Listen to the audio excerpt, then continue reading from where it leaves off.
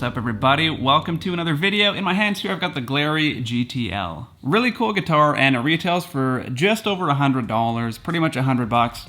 I wanted to check this out because I'm like, man, a guitar this cheap, how do they get away with having the price so low? Is this even playable? Is it even usable? So today we're gonna find that out.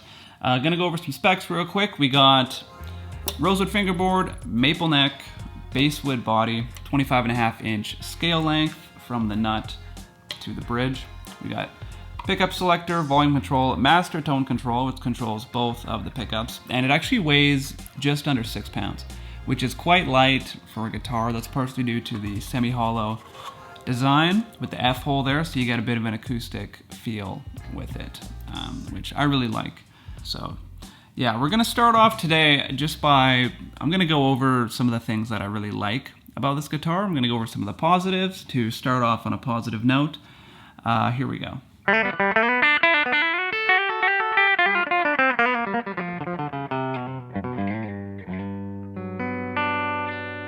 All right, so first thing would be the finish. Now, beautiful finish, especially for a guitar of this price point. I mean, the wood grain is, you know, it's to die for. It's beautiful. Looks like antique furniture or something. All right, love the finish on that. And in terms of tuning stability, this guitar actually holds tuning very well. I was super impressed. Now, I've actually reviewed other guitars from different brands in this price point on the channel here. And although I really enjoyed those guitars too, I will say that the tuning game is definitely a step up on this Glarry here. You know, you can do like giant bends.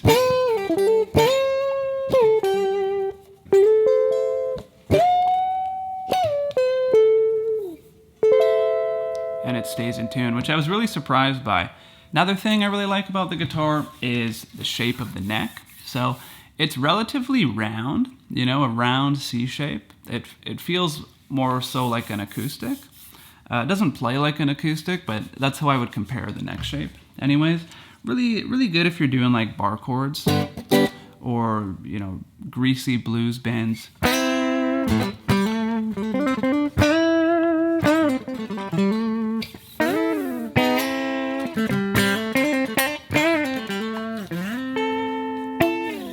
Really nice for that kind of stuff. Another thing is it has humbucking pickup as well as a single coil pickup. So it really gives you a wide range of options. You know, you can get that chimey single coil thing,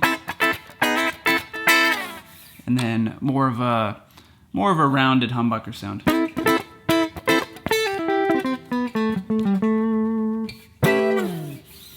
And then of course you can go in the middle, get both pickups together for that classic telecaster thing, you know.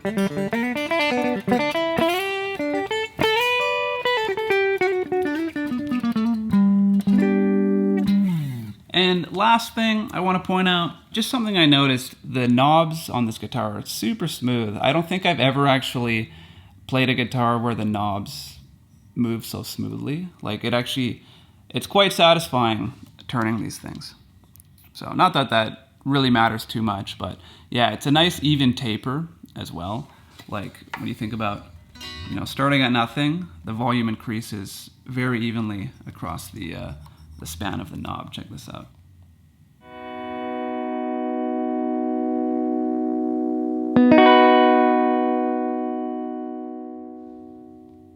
All right, whereas some guitars, it's more of just an on-off situation. You know, the volume will just jump right on when you're around like 7 or 8. On this, it's like, you know, 1, it creeps on a bit, and then it goes gradually up to 10. That's really nice, and yeah, like I said, it just feels really smooth in the hand. So that's all really cool, and it's probably worth noting too that the guitar comes with a soft case, a guitar strap, and a patch cable. And a guitar pick as well. That was in the box too, so can never have enough of those.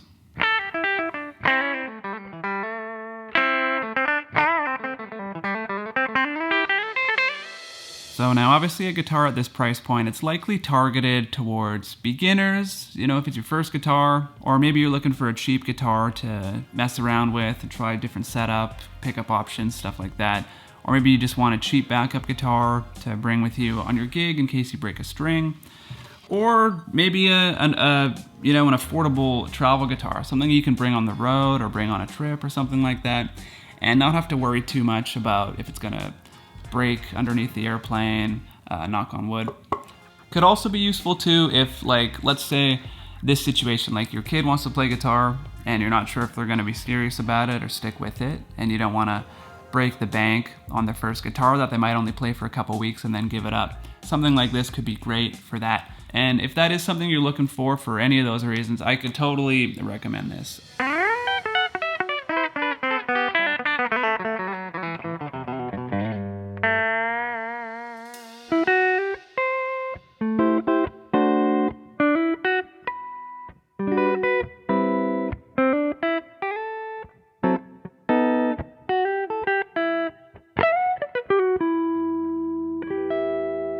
Okay, so now we're gonna go over some of the things I don't like about this guitar. You know, if I'm being picky, great guitar, but, you know, of course we always have a critical mind towards things. It's human nature. First thing would be the nut. The nut feels very cheap and plasticky. I think that would be one of the first things I would upgrade. Probably upgrade to a bone nut or a tusk nut, something like that. This definitely feels plasticky. And yeah, not too expensive of an upgrade if that is something you'd want to do. Another thing that jumps out at me is just the way the neck is finished. It feels pretty rough, like not in like a cool satin kind of way. It feels like it's unfinished or like incomplete, like they weren't finished building it or something, you know, like almost like you could get a sliver in your hand. I'm sure you wouldn't, but just to kind of depict how it feels in the video, that's kind of the feeling it gives me. But I do like the shape of the neck, and it is very comfortable to play, but that would be something something that I noticed. The last thing I'd say is I like the single coil. The humbucking pickup I find lacks clarity in the high-end frequencies. Like, I don't know, sounds like there's like a blanket on it or something in some cases.